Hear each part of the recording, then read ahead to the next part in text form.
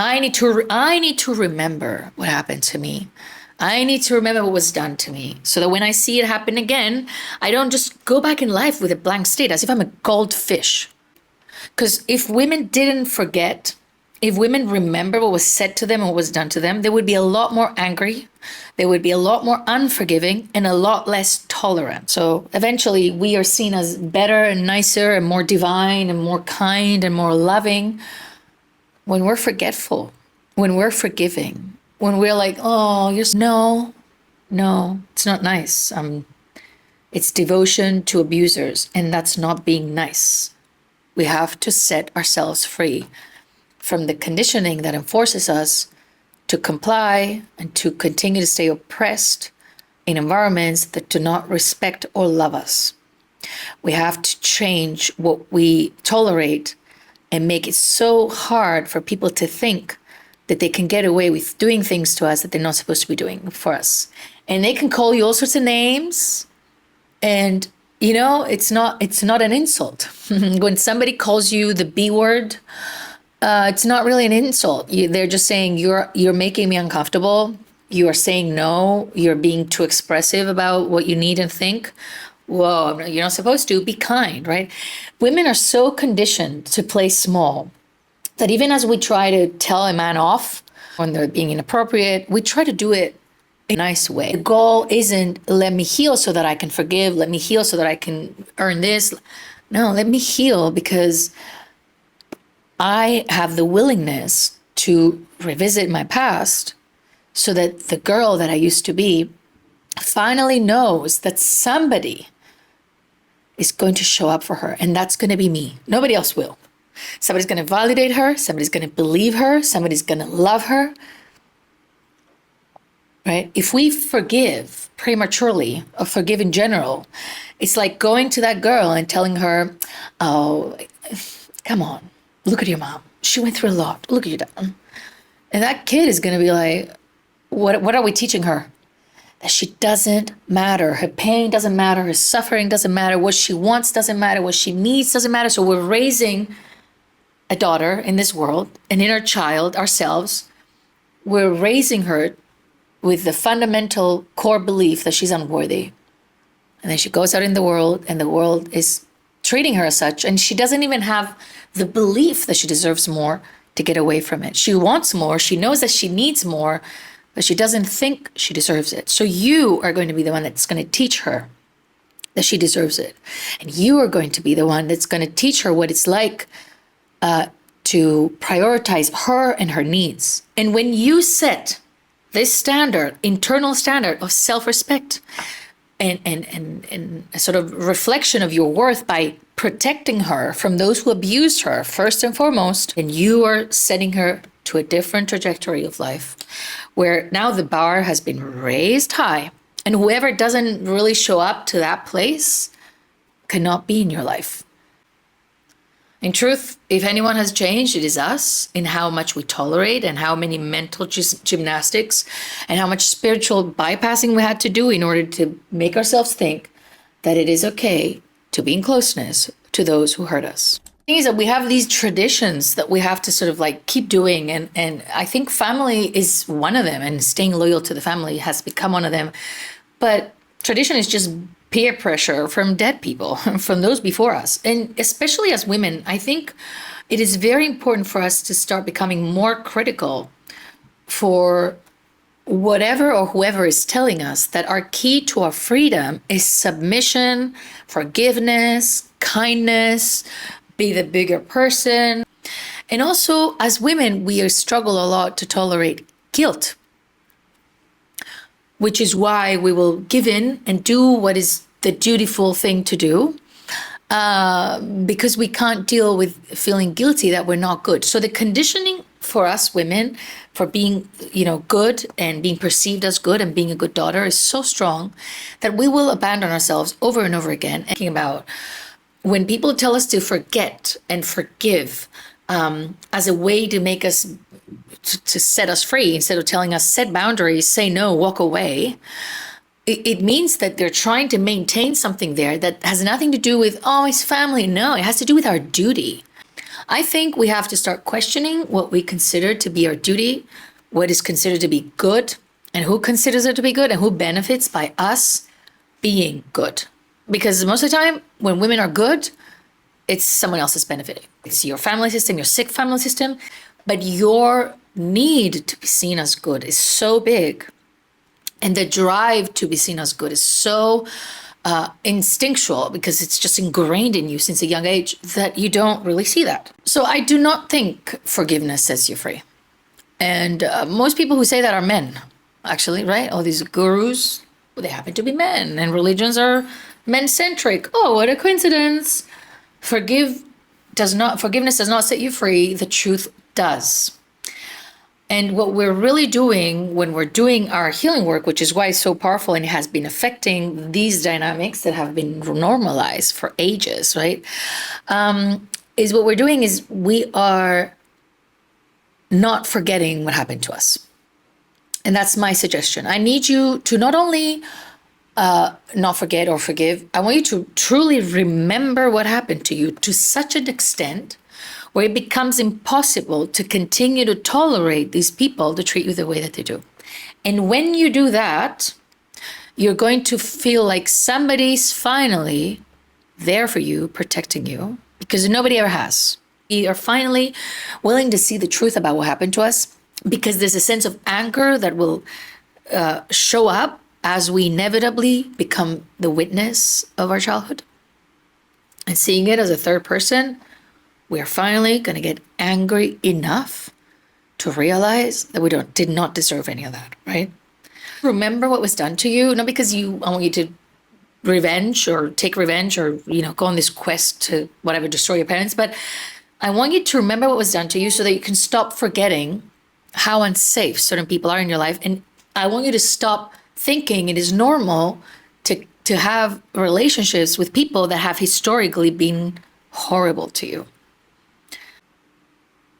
Right? We have to remember what happened to us so that we don't keep falling into the same trap over and over again, so that we don't feel guilty that our boundaries are hard. There's a critical part in therapy and healing where you become mean, and not like really mean, but you'll feel mean because you've been taught that setting boundaries and just basic self-respect is unkind. And the kind of people who put you in therapy, the kind of people who would love to victimize you, will see setting boundaries and just basic self-respect as being mean to them. I think that's one of the hardest things to get over from childhood abuse, is they are setting you up for a lifetime of failure because they have taught you that protecting yourself and not putting up with abuse is you being unkind and you being mean, and that doesn't make any sense. But it still takes so long to stop feeling like you're a bad person if you tell somebody to stop abusing you. And the people who are actually mean, the people who will hurt you, who will insult you, who will manipulate, gaslight, etc., who will do the actual bad things, love to make you feel like you are somehow worse for just not allowing it to happen to you than they are for exhibiting actual toxic, manipulative behavior. And the second you can feel okay that that person thinks that you're mean, that's when you have reached enlightenment. God destroyed that plan because he knew it was going to destroy you. Okay? And I know it doesn't feel comforting in the moment. When something falls apart, we call it loss. God calls it protection. We call it rejection. God calls it redirection. All right, because sometimes you're praying for something that would have broken you in ways you can't even imagine. And God's like, no, not my child, not on my watch. You don't see what he sees. Okay, you don't know what he knows. You just see the closed door, but he sees what's on the other side of it. All right, I always think of Psalm 84:11.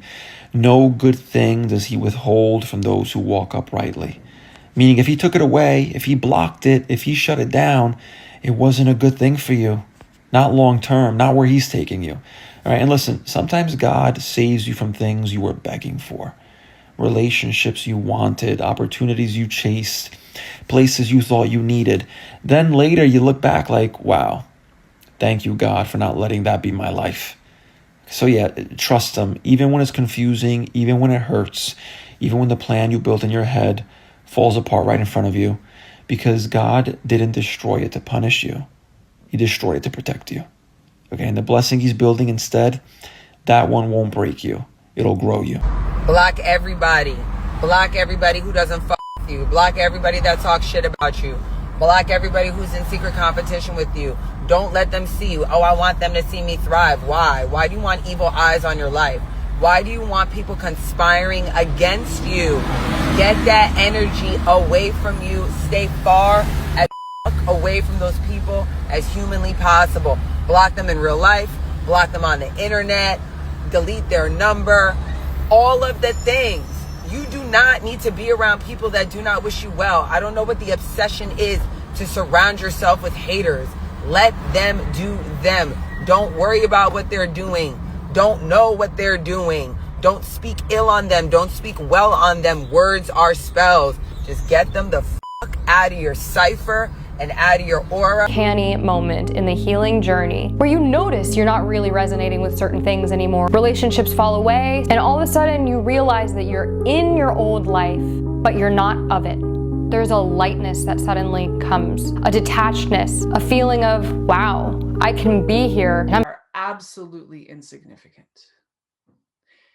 You are literally of no consequence to me type of attitude. When you go silent on a narcissist from that place, completely boundaried, completely clear and certain, in a way that communicates, no narcissistic supply to be had here, right? When you go silent and mean it from a place of absolute dominion over your emotional state, over your energetic force field, right? Sovereign in who you are, calm, cool, clear, collected, detached, nothing to be had here. And you hold that stance consistently, reliably, predictably, what you are doing quite literally is starving the narcissist of the one thing they need to feel alive, to feel significant, to feel important, that they matter. And that's narcissistic supply. Few things are more powerful than treating a narcissist as if they are dead to you, literally. They do not matter. They do not exist. You don't even see them. They're not on your radar. Holy shit, did you just hold a boundary? Did you just tell someone off? Did you just not let someone manipulate you in the way they've always done, and did they get mad at you because of it? Holy shit! Slow down. Grab the wall. I'm so proud of you. And I know your tummy hurts, and I know they're sending you paragraphs, and I know that you're just like, please stop doing this to me. I know, but I am so proud of you. I'm so proud of you that you are not letting people bully you anymore. I'm so proud of you that you are not assuming responsibility for something that was never your fault in the first place. I know you feel like it's your job to fix things all the time, but when people break things unrelated to you and then they tell you it's your fault, no. If you didn't do it, don't even worry about it. We're gonna keep that over there. Okay, if you've ever heard this thing where it's basically like shame, whatever, something's like a hot stone, people try to give it to you. You do not have to hold that. You do not have to hold that, babe. Absolutely not. Absolutely not ever. No, do not take that, okay? Again, back to the tummy hurts, because my tummy starts to hurt when I'm like holding a boundary with someone. The reason your tummy hurts is because you have not done this before, okay? So yes, I know all my pretty girls have upset tummies, but that's because we're doing new things. It's because we're holding new boundaries. It's because we're standing our ground. And I'm genuinely so proud of you because of that. And you get a forehead kiss for that.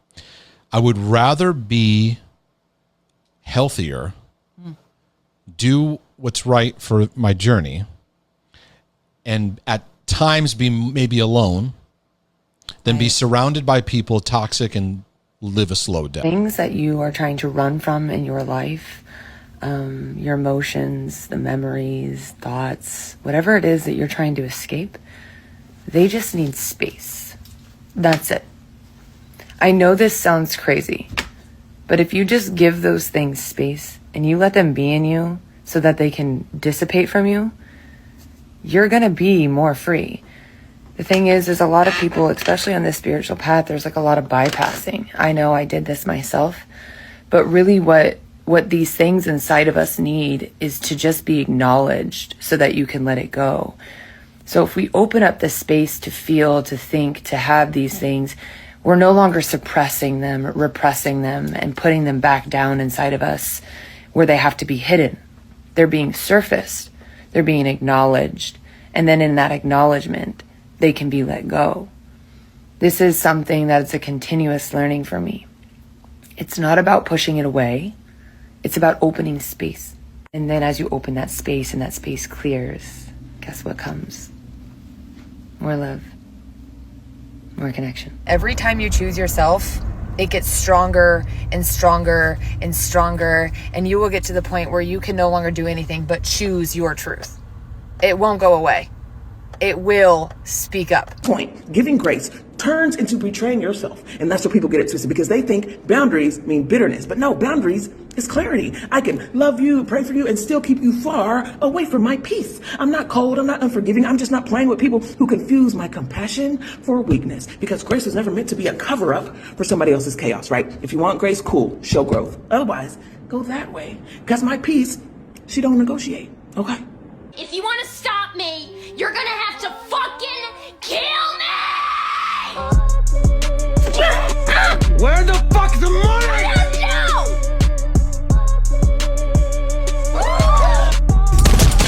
Try to have a panic attack and yawn simultaneously. You physically cannot do both because they require opposite nervous system states that cancel each other. Panic overrides the anxiety. Here's the technique. At the first sign of panic, force 3 massive yawns, even if you don't feel like yawning. Fake it completely. Open your mouth wide, stretch your face, inhale deeply. Your brain can't tell fake from real yawns. The mechanical action triggers the same nervous system override. By the third forced yawn, panic chemistry starts clearing. I tested this on myself during a plane during takeoff panic. 3 forced yawns, the panic was impossible. The yawning dominance is that powerful. Emergency rooms should teach this, but they don't. Your mouth is an anxiety override button. The Neural Reset Protocol includes yawn therapy for panic immunity. Today we're going to talk about manipulation. Number 1, I learned manipulation isn't always fucking loud. Sometimes it's soft, sneaky, and wrapped in, I'm just trying to fucking help. Nah, you're trying to control the outcome, bro. Number 2, I started understanding through life experiences that manipulation is when someone uses your empathy against you. Guilt trips, silent treatments, gaslighting, it's emotional couponing. They want a discount on fucking accountability. Number 3, I realized manipulation doesn't always come from bad people. Sometimes it comes from unhealed people who never learn healthy communication. Still doesn't make it acceptable, my guy. Number 4, I also figured out real manipulation is when someone gets mad at your boundaries because it stops their benefits. They weren't supporting you, they were using the access. Number 5, manipulation ends the fucking moment you stop negotiating with people who weaponize your compassion. Once you stop reacting, the puppet strings start to snap. And last but not least, manipulation can only survive in fucking confusion. Once you see the pattern, all the power is gone, bro. Boom! Saved your ass years of gaslighting, guilt, and 5, maybe I'm just tripping moments. Your nervous system doesn't calm down by thinking about calming down. You don't create safety by thinking about safety. You create safety by teaching your nervous system a new emotional state of safety. So here are 4 practices you can do every single day to regulate your nervous system to create safety so you can receive in less than 2 minutes. First practice is called havening or safe haven touch. And what you're gonna do is you're gonna hold on to opposite arms and gently stroke your arms down from shoulders to elbows to forearms to palms, as if you're smoothing energy downwards. This rhythmic touch lowers your cortisol, your stress hormone, and sends a signal, you're safe now. The second practice, face cradle or being held. And what you're gonna do is cup your jaw and cheeks gently with your hands, like you're holding your own face with love. This mimics nurturing touch. The brain interprets this as safety and belonging. Then sway your torso from side to side, just like this. Freeze happens when the nervous system shuts down movement to protect you. So rocking reintroduces gentle rhythm, signaling to your nervous system that it's safe to come back online. Stop telling people to be the bigger person when they've already been the quiet one, the forgiven one, and the peacekeeper over and over again. Telling someone to be the bigger person after they've been disrespected repeatedly isn't maturity, it's manipulation, it's gaslighting dressed up as wisdom. What you're really saying is, please don't make me uncomfortable by finally standing up for yourself. That's not maturity, that's called control. I said that. I said that. Shut the fuck up. I don't know who needs to hear this, but you deserve to live a life that you love living. You deserve to wake up every day feeling that you love your life. You deserve to have a life where you love it so much that you can't wait to wake up the next day. I do not know who put the idea in your head that you have to struggle, that life is painful, that life is terrible, but I'm getting rid of the idea in your head right now. I really believe that you deserve to have the best life ever. Like, I'm not even kidding. You deserve to do things that make you feel alive. You deserve to surround yourself with people that make you feel loved. I'm gonna start gaslighting people. Yeah, it's my turn. It's like lying. Only worse. I've always kind of been in the audience, never the performer. I think it's time for me to start being the artiste around here, okay? No, you're crazy. That's not how that happened. You're remembering it all wrong. You said you wanted me to cheat on you. Remember? No, you're an alcoholic. Okay. You're being crazy. We're all really worried about you. Are you on your period? Press Daddy. No. I'm not giving you a vegetable just yet. Where's Daddy? Press Daddy. No. Argue with the pig. Press Daddy. Where's Daddy? No. Look. That's Daddy.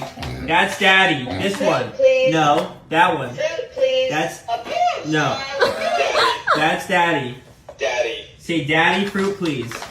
I'm not abusing you. I'm not abusing you. Press Daddy. Press Daddy. Where's Daddy? I'm mad. No, I know. Where's Daddy? I'm not abusing you. Where's Daddy? Daddy's over here. This one. You press that. Okay, man. Press Daddy. Press Daddy. I love you. Good boy. I love you too. That was vegetable. That was vegetable. What do you say? Mommy, thank you. Good boy.